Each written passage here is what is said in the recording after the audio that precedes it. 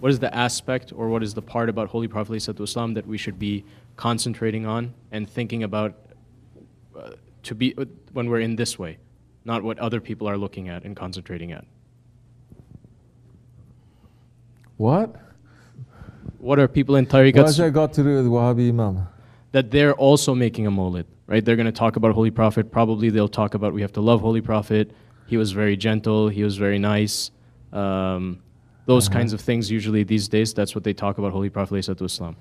So when we are in this way, and especially for Ahir Zaman, people in tariqat, what are they supposed to be thinking about and finding in Holy Prophet ﷺ to love about him in these times?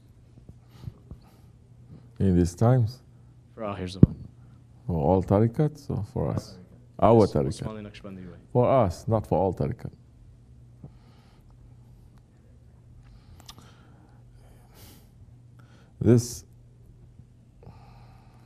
We've talked about this so many times. Every mawlid you ask the same question, or other people ask, and we've talked about it. Then let me quiz you. What is my answer every mawlid?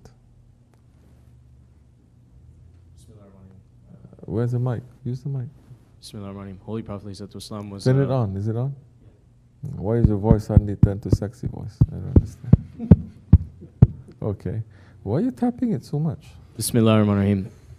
That what you say is that Holy Prophet ﷺ was a sultan and he was building an empire, and that's the thing that people are forgetting. It's not what I concentrate on, especially the last few years. And let's not talk about 6 years or 8 years, okay? Last few years I wasn't concentrating on that.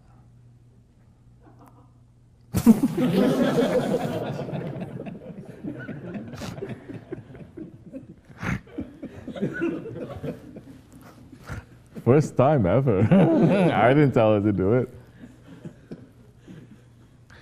Look, every Mawlid, I'm saying this. Mawlid means the month of the Prophet's birth, and we celebrate his birth, no?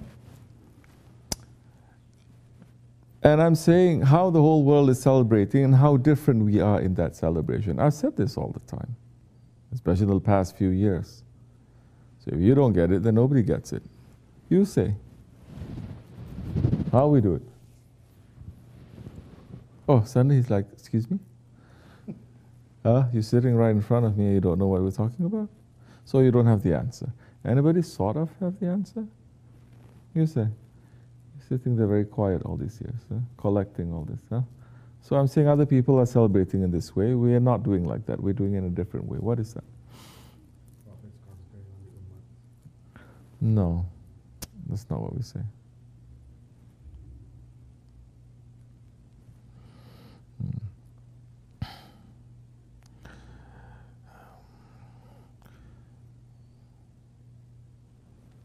And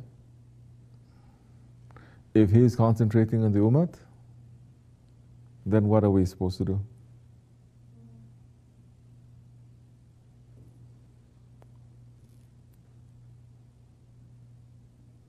So you talk about Khilafat, you talk about Sultan, that he can open up to include all these kinds of things, but it's that. Specifically, and especially for the past few years,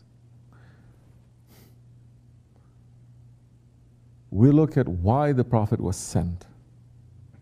Yes, I talk about why the Prophet was sent. What was the condition? Which everybody is talking about it, why Prophet is sent. But they cannot put two and two together. They can tell you Prophet was born in the time of the year of the elephant, because that's the time when that elephant with the governor of Sana'a in Yemen, which was a vassal state of Ethiopia, because there's a big story to that, why they came to attack. They were trying to make another Kaaba there in Ethiopia, wanting everyone to go there for trade. So when they actually built one that is over there, so the Arabs, those who were good ones, they went there and then they dirty the place, so they get very upset. So they say, we're going to send the elephants there. So in that year, the elephants came to attack, but they could not enter. They didn't want to enter. They stopped. Not too many are talking about that the elephant stopped. They just talk about straight away the ababil came. What are ababil? They are the swallows, the barn swallows, that they came with the rocks from Jahannam, and they dropped it, and it killed the people, not the elephants. So, they talk about all of that. What has it to do with how we are?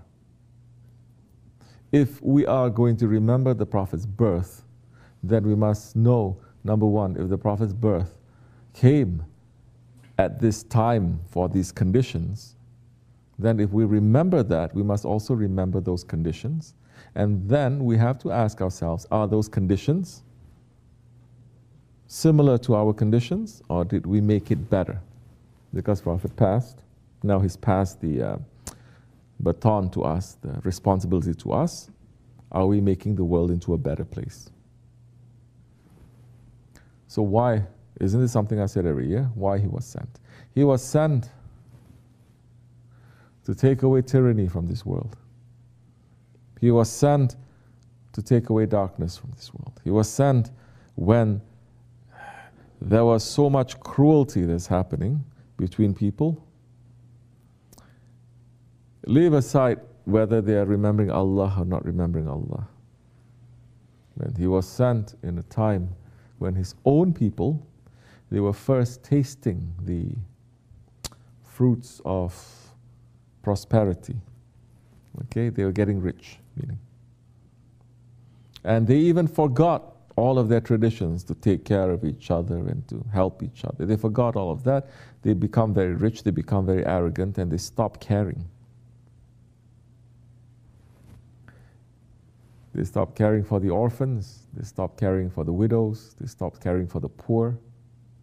They stop caring. He was sent, as I said, he was sent to help those who had no help, to speak for those who had no voice. Okay? At a time when it is called Jahiliyyah. Jahiliyyah means age of ignorance. When they were burying their female children alive in the hot sands because it was a tradition. Where whatever little bit of religion they had, it became a what? A business. Where people were making so much money that they became very selfish and very arrogant. Are those things still happening to us? They're still current? More than that, correct? Burying children in the hot sands, now daughters they were doing back then, now daughters, they're doing it in so many parts of the world. They discover you are with that sonogram. They discover this one is a female. No, we only want males. They kill the baby. Some they cannot afford to kill the baby when their baby is inside. Baby come out, astaghfirullah. They will snap the neck of the baby. Okay? They just throw it away. Not one country, two countries. So many countries are doing that. Some they're doing that for that reason. Some they say, well, we have a right. We can do whatever we want. You understand? So it's gotten worse. This is called the second age of ignorance, second Jahiliyyah, where with education, with money, with everything, we become even worse. We've forgotten everything. Like what Shaykh Efendi and Shaykh Maulana is saying, the Jews not following the teachings of their prophets, the Christians not continuing the teachings of the prophets, the Muslims not continuing that. And now when it concerns the believers, for the first time in a long time, they are just standing up to discover, hey, we have a place in this world too. We're no longer third-class citizens. Yes? Muslim countries, Muslim communities, Muslim people, they're discovering, oh, we're no longer third class. We have a place. In fact, one of the nominees for the presidentship saying that if I'm elected, I'm going to make sure there are Muslims in every level of government. He's making that promise. No longer is we are a group that's set aside, you understand, whether in this country or in the rest of the world, that they're Muslims. We become major players. Now, look,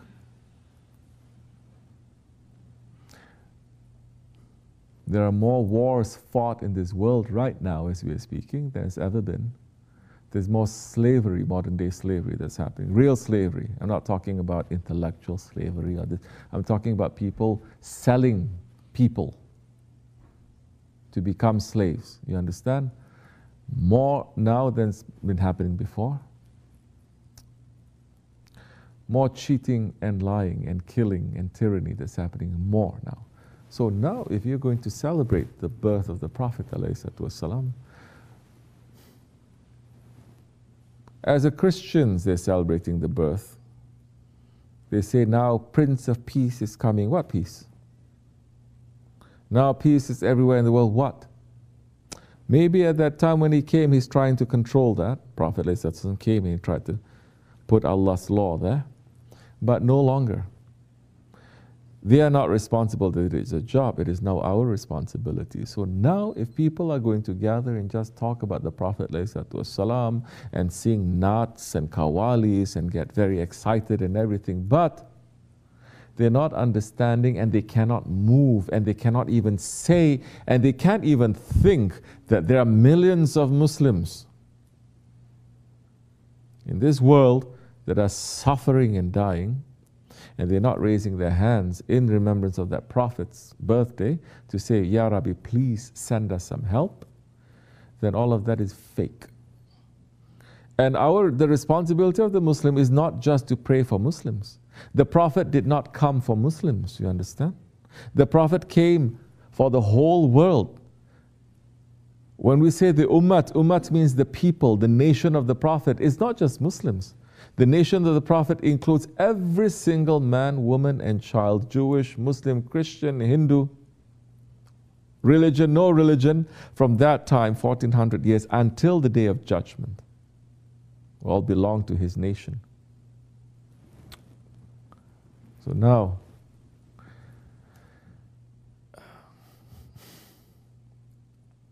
there are real issues, there are real problems. That maybe you cannot do so much, but you can think and it can give you that energy, that passion. Then it becomes something real. You understand, oh, Prophet came to eliminate all this evil. What are we doing? There's all this evil that is happening. Then you're going to say, we cannot do so much. Then what's that group doing? That group has more power, yes? Whether it is military people, or religious people, or people in government, those groups have more power. What are they doing? Then the Muslim is going to wake up and say, oh, they cannot do anything. They don't want to do anything. Something is wrong there. They don't want to do anything because it's just a big old game that they're playing. They can sit and they can make peace with the enemies, but they cannot stop the suffering.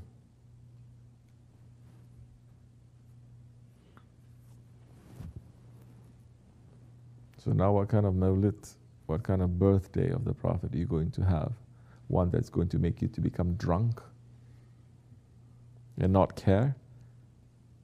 Just to say, oh, we love you, you came, we love you, we're so thankful for you. Yes, you're thankful for him because you're in a good position. You're just going to say, thank you for coming, we love you, but you are not in love what the Prophet is in love with. What is he in love with? His Lord and bringing the truth to this world and to take out the evil. You're not in love with that. Because if you're in love with that, you're going to do something, you're going to think something, you're going to say something, you're going to pray something. We cannot do anything. Our hands are tied. We don't have that power. We cannot even say so much.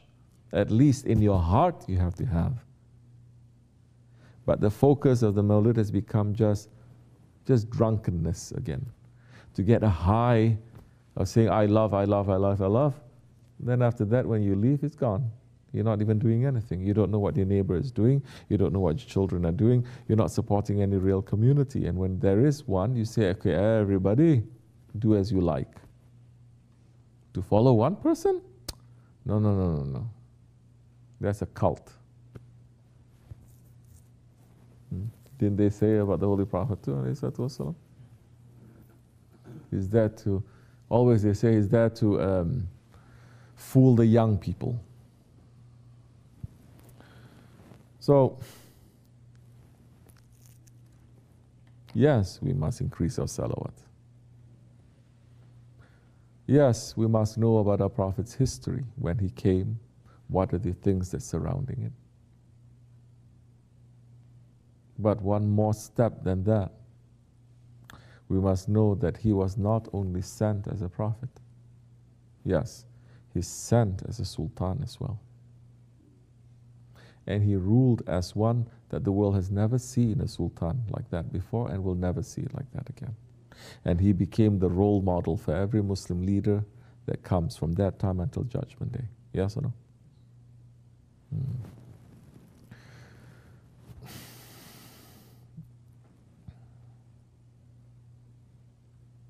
Yes, this is the month of mercy. He came as a mercy to the universes. Rahmatan lil alameen. The mercy to the universes. What mercy we're showing. What mercy we're showing. It used to be in the past, Mawlid means you're going to pay someone money, you're going to cook a lot of food, and you're going to give to the poor people. It doesn't mean that anymore. Mawlid means a bunch of friends coming over to someone's house, and you cater food, and you eat, and you recite a couple of things, and you go back. Yes or no? Yes or no? And everyone feels they're so holy, they're so religious, so in love with the Prophet. That's what we're saying to the women today, especially now living in America. Allah has given us so much, yes. But there's so many other things that He's also not giving us. And one of the things that He's not giving us is the ability to clean ourselves in other ways. What is that other ways? To come out of our house and to see a very poor person, to see a person who is handicapped, to see a family that is, they hide, they put it in different places where you cannot find them too. And the kind of culture they say here, oh, if he's poor, he's homeless, it's his fault. Don't help him. Don't do anything. Don't take a lesson. Don't take lesson from it. You are good because you work hard. Nothing to do with Allah. Nothing to do with the risk. Nothing to do with your good chances that is given to you. It's because of you. I did this. I deserve this. They are doing like that. They deserve it. Then where is the faith? We are believers. We must look differently. The rest of the world look down. We cannot look the same way. Then we're going to get sucked into that.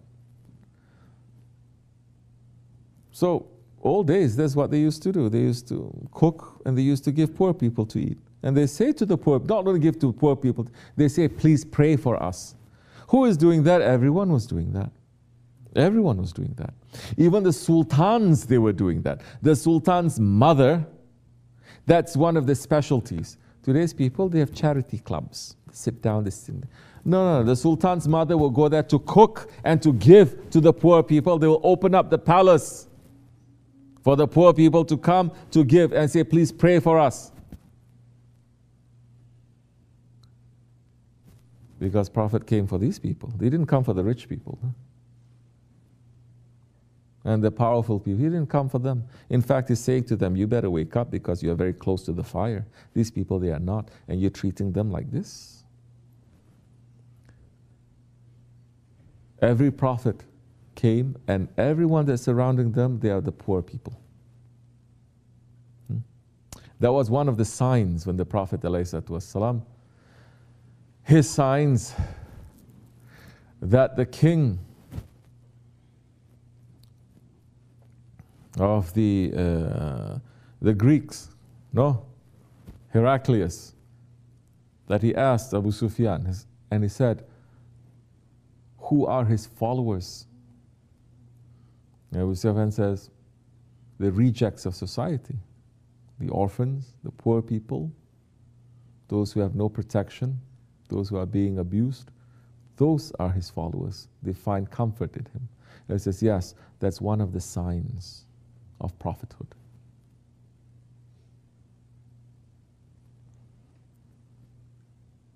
And he's helping them. So in the old days, that's what they do. Maybe they don't pray whole year. Maybe they don't do anything. They don't fast or something. But they feed the poor people. And because of the prayer of one poor person who is a beloved of Allah, just because you give some food, the poor person, because he's a beloved of Allah, he opens his hand, everything will be cleaned from you, and your station is going to be raised. Allah is looking at every opportunity to show His mercy to us. If your heart is working, if you have common sense.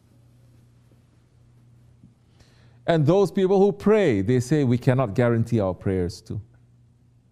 Let's do this extra thing. So it is a big, big tradition in Islam. To celebrate any holy thing, you must be generous. Feed the poor people. You cannot feed the poor people. You don't have anything. You have, what do you have? You have $2. You're going to buy some candy, and you're going to go to a mosque, a jami, or somewhere, and to give to people coming out from prayers. To say, please take one. You see this happening a lot in Turkey, right? A lot, right? Do you see it happening a lot in other Muslim countries? No, you don't. You don't.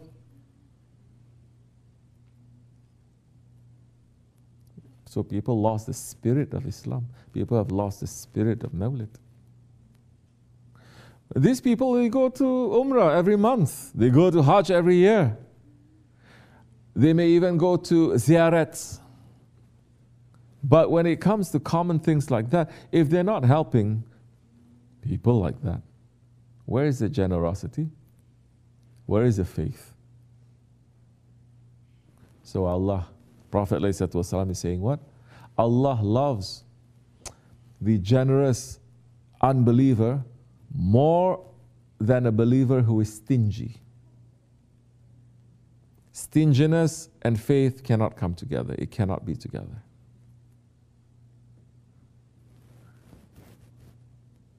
It doesn't mean just money. It means your time. It means your care. It means your concern. What does it mean? It means that even if you are going through a very difficult time, you're always smiling. That when people look at you, their burdens get lifted. You may be having a horrible life, but they're always smiling. We see that a lot, right, in Muslim countries. All those, especially all those women, the way they are talking is like little birds chirping. And you look as if, you look like they're people of paradise, but you know they have the hardest lives. That your lives here is like a paradise. You think Allah is not watching? He's watching. So,